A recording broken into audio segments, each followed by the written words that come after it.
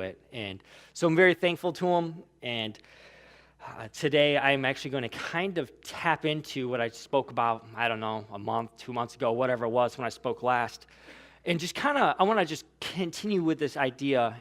Last time I spoke, we talked about the scoreboard and what does God look at in your life. And today I actually want to talk about a sermon, Pursuing Happiness Only to Find Disappointment. And I want to just start by looking at the American dream.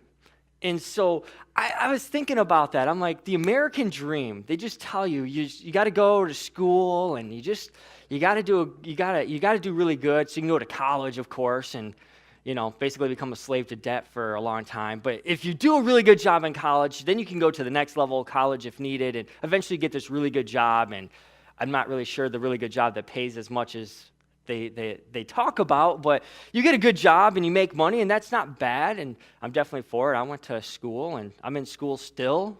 I guess I'm perpetually in school. I guess I love college too much. And I'm not against it, but the American dream tells you that you will find happiness if you just do these things. You will find what you're looking for in life. If you just work really hard, you get the picket white fence. I don't know if that's still the case. Today it must be the iPhone and some new things. But it used to be a picket white fence with a really big house and like 2.5 kids and 4.2 cars and a boat. And I'm not really sure where all the fractions come in, but that's okay. I mean, if you get half a car, I guess it's really a beater you're going to fix one day when you retire. I don't know. But that's the dream, right? I mean, isn't that what everybody wants?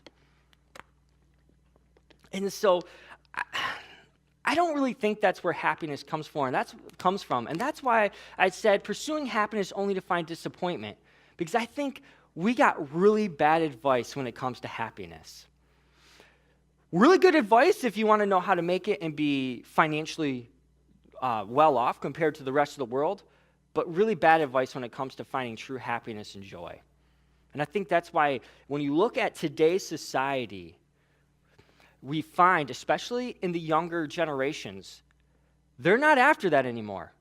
You look at YouTube is like, I think, one of my favorite places to find out what's going on. It's terribly inaccurate, but it's still funny to watch.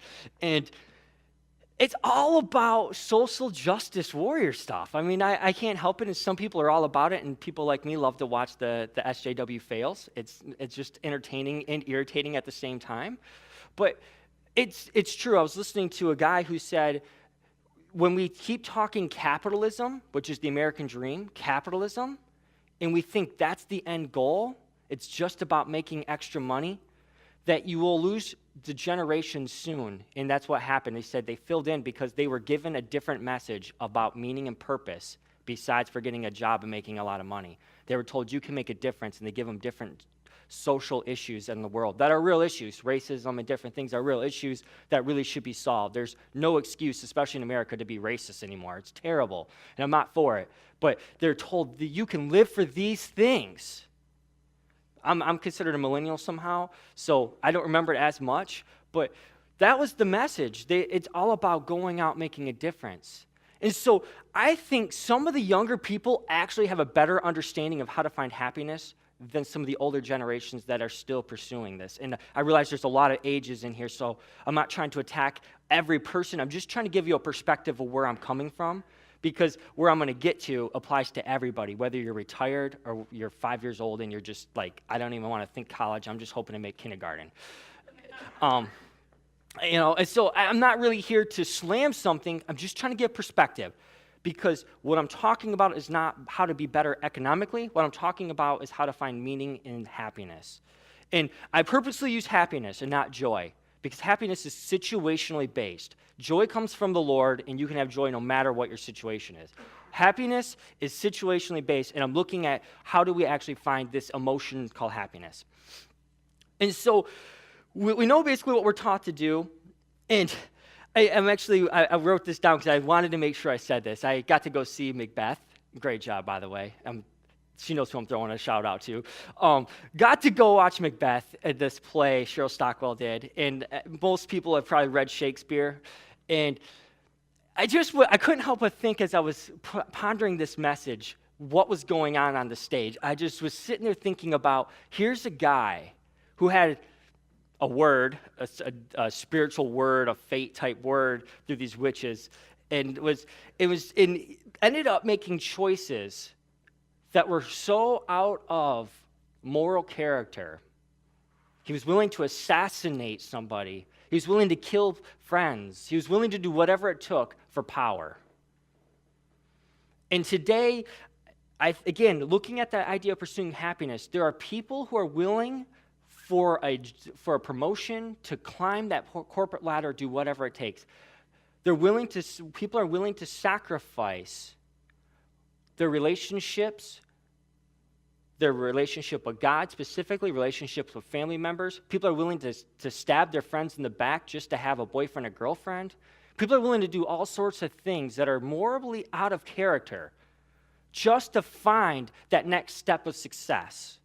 And we're going to get to success a little bit later, but again, just thinking, even back in this late 1500s, early 1600s, Shakespeare's encapsulating this power struggle in this play. And you can see this throughout the ages. You can read it in the Bible. People are killing each other. People are willing to do whatever it takes to get into power. And so, does this usually lead to happiness? If you watch Macbeth, again, I know this is a play, it didn't lead to much happiness. It led to paranoia and torture and eventually death. And nothing good came from it. You look at some of the richest people in the world who fight for everything they can to hold on to that wealth, and they die, and I always forget the guy's name, but the most famous story that sticks in my mind is the guy who literally was willing to lock himself like in a hotel room because he was so paranoid about everything, including germs. And yet he was super rich. What's that? I'm here enlightened. Thank you. I always forget his name. Thank you. And so Howard Hughes. Does it usually lead to happiness? No, of course not. It really doesn't. And so I'm not going to read an entire book of the Bible to you, but the book of Ecclesiastes is just so good at capturing this. I'm like, how do I pick a verse out of this book? It talks to, here you have a guy, it's believed that King Solomon wrote it, and here you have a guy who is considered the wisest person, has some of the greatest success in life. He has, I guess if you're into this kind of thing, I'm not, I'm happy with one wife, but he has plenty of wives and concubines, mistresses, and it's legal apparently. Nobody's like outlawing it since he's king. He kind of gets to do his rules. God kind of outlawed it in the Bible. He maybe forgot that part of it, but about 1,000 between the wives and mistresses. He's got so much money, it says that he made basically gold and silver commonplace. He's got so many horses. He's got military might. He's got peace in his kingdom. He's got all these things.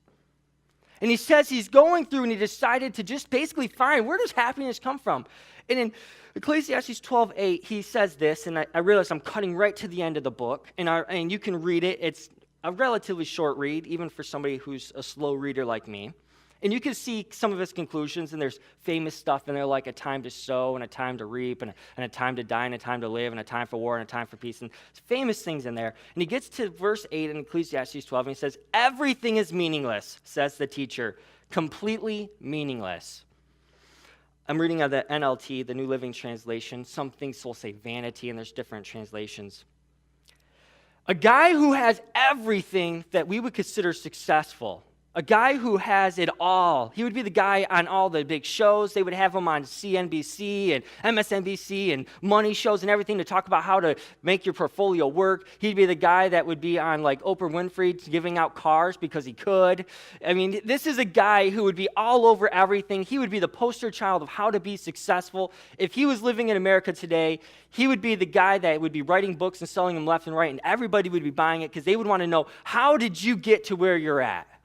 And his conclusion, after he looks back at all these things he's doing, these huge building projects, having all this success, he says everything is meaningless. At one point he says it's almost cruel what God has done to man. You chase after things and you do this only to be chasing after the wind. He says you do all these things, you build up all this wealth only to give it to somebody when you die and you don't know how they'll do with it. And this is what he says, it's meaningless. But then he goes on, and I'm going to skip a few verses, and he says this, though. That's the whole story. Here now is my final conclusion. He's like, you think he's about to say commit suicide, as depressing as his book seems. He says, fear God and obey his commands, for this is everyone's duty. And I know there's one more verse, but I want to just say that when it gets down to it, finding the American dream should not be as successful as possible. I'm not against it. I'm just reinforcing it because I don't want you to walk out of here and think, oh, he's saying take a vow of poverty. Negative.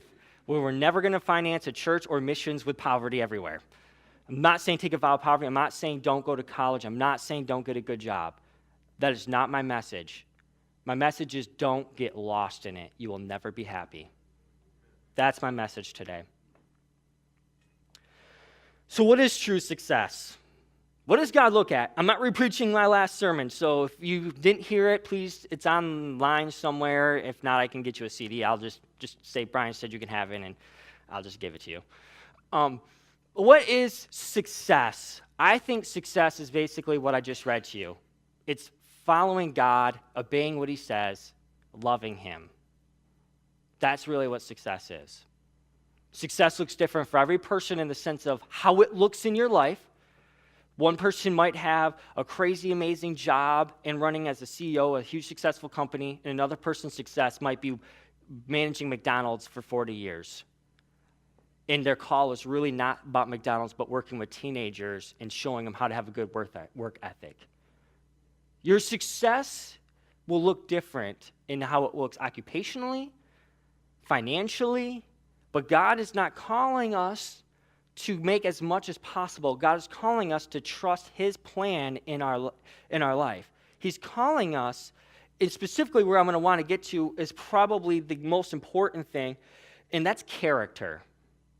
So I'm going to let you know that's really where we're going to park for quite a while. But before I get there, I want to give you one more verse. Matthew 6, it's two verses, Matthew 6, 33 and 34. I'm actually going to flip to it. So Matthew 6, 33 and 34. And again, I'm going to go out of the NLT. For those who are using the Pew Bibles, that's the New King James Version, so it'll say a little different. Seek the kingdom of God above all else and live righteously, and he will give you everything you need. I'm going to pause. I said one more verse. Let me pause. It is really easy to say that's true. Very easy to say that's true when everything's in your life is going well. When your bills are being paid, you're not concerned where your next meal is coming from. It's really easy to say, yep, that's true. It's a lot harder when God calls you to a transition or you're going through a hard time to still believe something like that. I'm just saying right now, in my position, Kate and I's position, it's easy to be like, oh man, thank God, he takes care of everything. It was a lot harder when we were looking for a house and we had, I'll tell you the story, we were actually looking at different options. I got my credentials, and like the same day I passed my interview and was like, we're good, I'm stamped, I'm getting credentials. We got home, and like 3 hours later, we got a knock at the door. We were renting this place. We were blessed amazingly to rent this house. It was actually really a huge house. We used like a third of the house total. I mean, seriously, it was that big. And I say that because it's really interesting from my perspective. I always thought I wanted a huge house, and then to be in one, it was great. But I realized it wasn't all that in a bag of chips because before heating, we had our house at like 52. And so we really didn't even know how we were going to afford this. And so somebody blessed us with this house, and we were enjoying it. But part of the deal was we were just renting it basically month to month until they sold the house.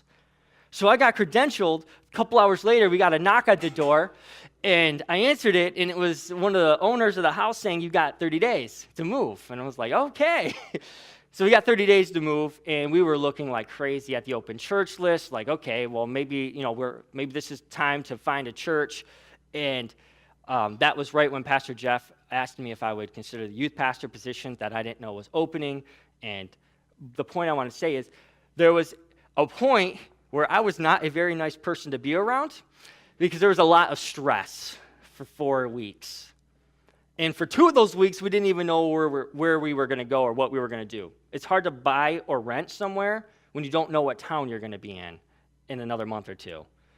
And so we ended up, obviously, here as youth pastors, and then God just opened some doors, and quickly we were able to move into the townhome we rent now, which has been beyond amazing supernatural insight from the Lord, because the location couldn't have been more perfect for various things we do. I tell you that story because it's really, really easy when things are smooth to say, yeah, God takes care of all our needs. It's a little more challenging when things seem to be falling apart everywhere around you, or you have something you've been asking God for like 5 years and it's not happening, and you're like, God, do you really care about my need or want in that case? Because let's be honest, a lot of times it's a want we're really griping about, and you're praying about it and you're asking, you're like, God, I'm doing all the right things, ain't I? I'm serving, I'm going to church, I'm tithing, I'm doing this, and I purposely choose these words. The reality is, it is true that you don't have to take things into your own hands, that God really does have all our needs taken care of. It says, so don't worry. So at the end of this last verse here, it says, so don't worry about tomorrow, for tomorrow will bring its own worries. Today's troubles is enough for today. Oftentimes, we add so much stress to our life, it's hard to have happiness because we're pursuing things and are overwhelmed by the things we're pursuing, because we keep putting our own pressure on us and then ask God to take care of it. And he's asking us just to trust him, but we are trusting in our own ability and asking God to supplement our shortcomings instead of it the other way around, trusting God for everything and being willing to just do what he's calling us to. One of my favorite stories, I share this a lot. I'm sharing it again because I still love the story. It illustrates the point to the T. There was a gentleman, he was a musician.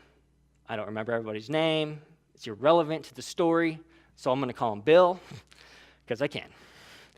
And so I really don't remember his name, so his name wasn't Bill. And so we do pace-setting leadership, and it's in this training we do. And so I heard the story from Pastor Dave Williams. And the story goes like this. This guy sitting here, calling him Bill, he's an amazing musician. He's just really leads people in the worship with this unique style. People like it, but nobody really knows about him. He's not really got a lot of limelight. He's not really well known in any way, shape, or form. And so he's, doing like most people would and starts praying. God, you're giving me these talents. People really like it. People are really able to worship, but I'm not really getting any CDs out. I'm not really getting out and recognized. And he's just asking God to open the door and to, whatever. He's praying. And one day he's praying and he looks across the street and he sees this neighbor, Cletus, I believe was his name, actually. And that one's not a made-up name. And he sees Cletus and he sees him over there, and he's just trying to start his lawnmower. He's over there just yanking on it. It won't start. And God tells him, as he's in there praying, hey, go help Cletus start his lawnmower. And he's like, seriously, God? Like, I'm going to go over there, and he's going to want to talk to me. And he's weird. How about you just help him start it? I don't know. And so God's like, God doesn't really debate very much. He doesn't really decide, maybe you're right. What was I thinking? So he didn't really say anything. So Bill, he's like, that good attitude that you have when you don't really want to do something, but God's telling you to do it. So you go. So he goes over and he pulls out the spark plug, and it's all gunked up, and I don't really know anything about small engine motors, so I'm going to sound like I know what I'm saying. He cleans it out and puts it in, and voila, it starts. And that's great until God speaks to Bill again. And it says, why don't you invite him over? It's like, God, no way. He's going to sit in my favorite chair. There's no way I'm inviting him over to my house. And again, God doesn't debate. And so he does this. He thinks he's clever. He's like, so Cletus, you wouldn't want to come over and watch PTL with me, would you? And he's like, actually, yeah. And he's like, and sure enough, so he comes over and plops himself down in his favorite chair. And Cletus stinks, and he's dirty and gross looking, and he's weird, if I didn't mention that. And so he is not happy that he's in his chair and whatever. So they watch the show, and obviously it dates it a lot. Most of us don't even know what that is. It was before my time. But so they're watching it, and so it gets to the end, and God says to Bill, why don't you ask him if you'd like to ask Jesus into his life?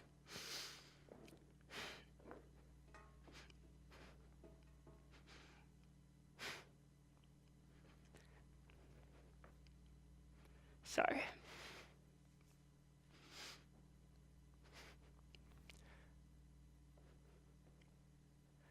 So he says, Cletus, would you like to ask Jesus into your life? And he said, yeah. And he prays with him, and he gets saved right there.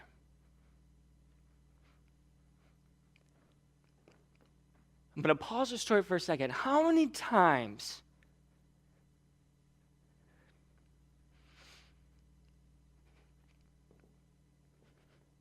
do we miss it? Because we're pursuing an American dream and we refuse to pause enough in our life to just love somebody.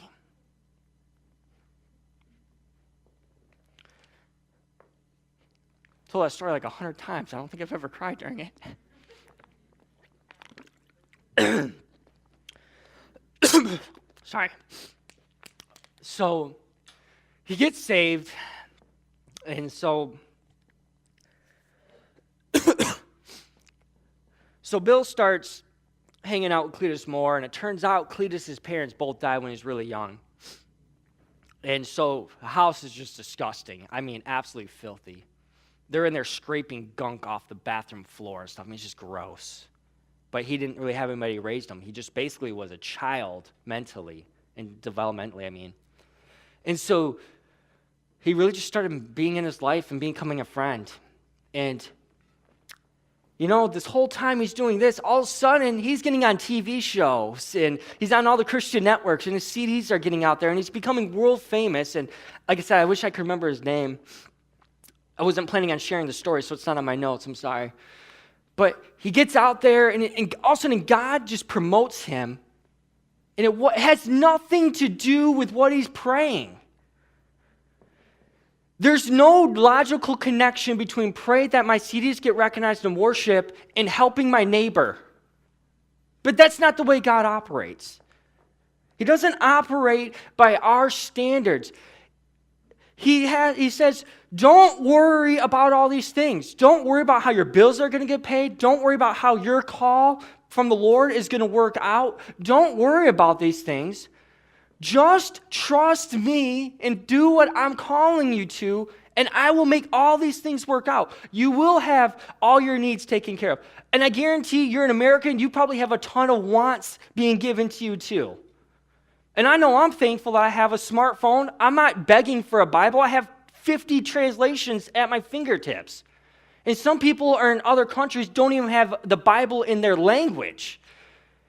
This is more than a need. As much as we think we're dependent on it, God blesses us so much. But we have to be willing, if we really want to see an amazing joy and happiness in our life, to be willing to pause long enough that while we are pursuing what we want to see happen, that we allow God to guide our steps. And that gets us to the character, because I think we overlook one of the greatest things that God wants to do in our life, and that's to develop character. True happiness and true joy comes from a character built on the foundation of Jesus. And so I think that is how you get stories like Bill and Cletus. I think that's how you get stories that you can hear all over. And you read the Bible, you look at Paul, who was willing to lay everything on the line to make sure people could hear the gospel. It's how you get stories like we're going to look at on Wednesday for our Speed the Light offering with a missionary, and I can't say their name because this is recorded, but who goes into a very hostile environment to preach Jesus to people, and he says these exact words: why should I be more concerned about my personal well-being, okay, maybe that's not exact quote, my personal safety, when these people can die and go to hell because they don't know Jesus? When you have missionaries who are in extremely dangerous areas because there are no known Christians in the entire area and some of these tribes, or very few, you have people who are willing to lay down their lives because they saw something greater than the American dream. They saw the kingdom's dream. I think of the story. I was praying and I had some music going, and there was a picture of the Great Wall of China. And I couldn't help but shake this image God was giving me about character. 1,000 years it took, essentially, they say, to build this wall through all these dynasties. All this work, considered a major success in the sense you can see it from space. It's well known, it's a wonder of the world, and yet absolutely useless. It has pretty much saved their country 0 times. All that work, all those lives laid down, all the people sacrificed for this building project. And when it was all said and done, one of the last times they were going to get invaded, they literally just opened the doors to let them through. That's what I think of what the Lord was showing me when I look at character. How often do we lay everything down, we build so much, we work so hard, we're willing to sacrifice people to build this monument that's supposed to do something, and in the end, it serves no function. It actually becomes, for a lot of people, a prison cell because you can't get out. You feel trapped.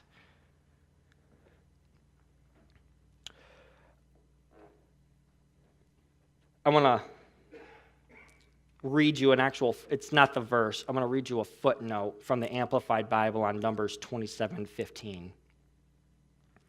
Thought this was really fascinating. Again, this isn't the verse, but it's just a footnote. This is talking about Moses, and it's talking about really some amazing character traits. It says, in his humility and godliness, Moses never complained to God about the severity of his punishment. His only concern was to protect the people whom he had reluctantly led, who had so often exasperated and disappointed him. This is referring to the judgment God gave on Moses when he struck the rock for water instead of spoke to it. And God said, because you did not consider me holy and show me holy before the congregation of Israel, you will not go into the promised land now. And it says this comment, which is so true about Moses, he never complained to God, but instead still showed concern for the people who were really a thorn in his side almost the entire time he was leading them through the wilderness. Character is not built on your circumstances. It's not built, and your success isn't dependent upon those things around you, those people around you. In fact, sometimes the people God has called you to minister to will be the most troublesome people in your life. It's really easy to want to be around people and work with people who are kind to you, who like you, who actually want you to be leading them. It's really hard when the people who you're serving despise you, complain the whole time. And that's like the Israelites, the entire wilderness journey, in case you never read it. They just complained and complained. They complained when they were in slavery. They complained when they got out of slavery. They complained when they didn't have anything to eat. They complained about what they had to eat. They complained because they didn't have water. Then they complained because this or that. They just complained. You probably have experienced that in your life. There are people who just nothing pleases them. If your pursuit is all built upon, I got to get to the next level, you will despise those people so much. You will despise, like Bill did that neighbor Cletus because he was weird, and you won't take the time for him because they're not getting you to where you're going. At least in your mind, they're not getting you to where you're going. But God does not call us to serve those people we like. He calls us to serve everybody. And if he's called you to a particular group of people, our character has to be humility and servant-heartedness. You will be amazed, and I am amazed at the times that when I do these things, God actually brings a joy into our life. In fact, Kate and I talked about it one of the first years. I think it was the first year we went to camp, youth camp. We promote it like crazy because we believe in it like crazy. We went to camp. It's exhausting. It was gorgeous. It was like 95 every day. And it was absolutely amazing. It was so hot that they had to start figuring out ways to keep the kids from, like, obviously heat stroking or anything. So they had water stations everywhere, water all the time. They started incorporating water in the games that probably wasn't supposed to be there just to keep it cooled off. It was just absolutely amazing. You're up early, you're up late. Service times, literally, the main service was on average like 3 hours. So if you're like thinking an hour and a half is a long time, they doubled that as teenagers and weren't necessarily racing out the back door, trying to get out of there. We saw so many amazing things happening. You get down, by like Wednesday, your voice is shot. You're trying to pray for people and you can't even really speak. By Friday, you're like so tired. And yet somehow you're completely energized because the more you pour yourself out, the more God just fills you up. And that was the amazing conclusion. It was like, as exhausting as it seems, it was probably one of the most rewarding, happiest times. There was things that I can tell you, and I'll be open and honest, there's things that frustrated me to no end, like when a kid doesn't sign out before he leaves, and now you wait until you can get him on the phone, and if it's 5 hours, you're waiting 5 hours just to verify this kid was where the people he's supposed to be with. Yes, somebody snuck off without signing out on me one year, and I had to wait like 2 hours on that kid. But that's okay, because that's frustrating, but when you hear about the things that happen in people's lives, it's so rewarding.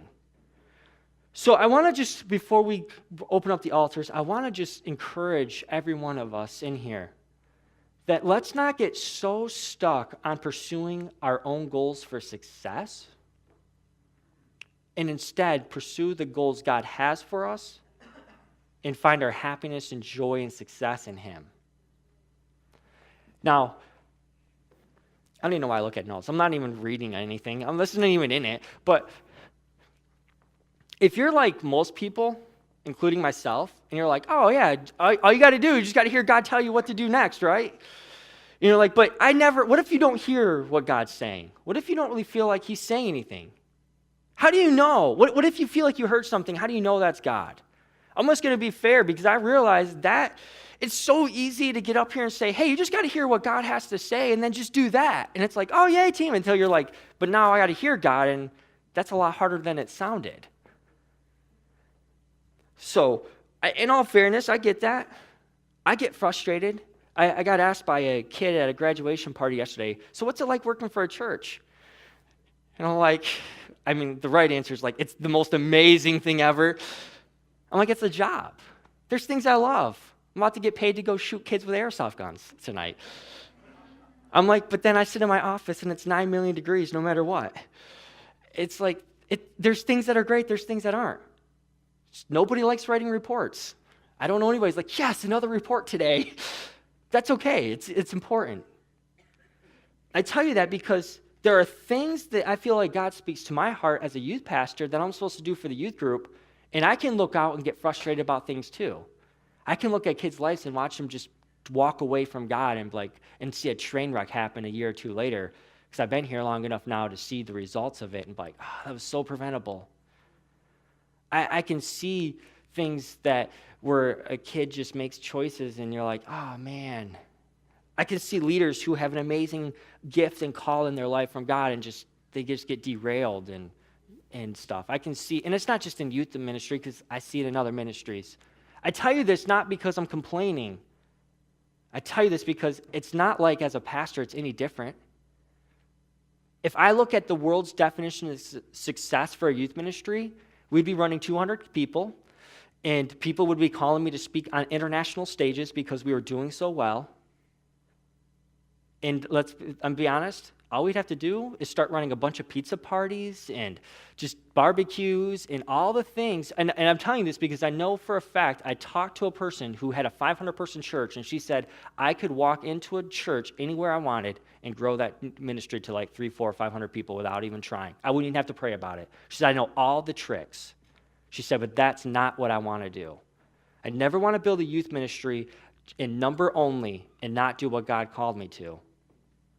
I could tell you about another, and these are real people who are currently in ministry. I'll tell you, real people. I talked to one pastor, he's a senior pastor now, and he said, he was just telling me, as I was just talking to him about just different concerns in ministry, and he said, essentially, that you could have a number of people in your youth ministry, and he was talking about how large his was and just some of the things that had happened in his life. And I'm keeping it super vague because I don't want his identity known. This was a private conversation. But he just said that when God spoke to him, he asked him, how many people are you really pastoring? Even as a pastor, and I can only relate to this as a pastor, I have to hear from God and not let other people tell me, besides for my boss, obviously, tell me what success is. It's hard, and I get discouraged just like you do when you have to hear from God and you have a different picture than what God says. I tell you this not because I'm complaining, because literally I had so much fun yesterday hanging out with kids, doing airsoft and s'mores and catching all those things in volleyball, because I am in the same boat as the rest of you. It is hard to hear from God and to recognize his voice, because our preconceived notions block us from accepting what God says oftentimes. So during this altar time, what I'm going to offer you a chance to do is let God tell you what your path should be, what success should look like for you, because I think all of us, including myself, get distracted and want to pursue what we're feeling pressure to accomplish. And just like myself, again, I use myself, so nobody's got pressure on them. Just like myself, I'm responsible only to, in the end of the day, to the Lord to obey what he says or not, and to let that be my own joy or not. He'd never promised me to accomplish what my goals were. He always promised that he would be with me to accomplish what he's called me to. And the same promise is true in your life, whether it's working in construction, doing work at an automotive plant, sweeping out a house, serving at McDonald's. The promise is the same. Let him define success for you in college, whatever it is. So if Pastor Doug and the worship team want to come up, we're going to open up these altars in just a second. I want you to just, whatever you feel like God puts on your heart, I want you to just take a moment and let that become a defining marker for you for success, not the pressure of the world.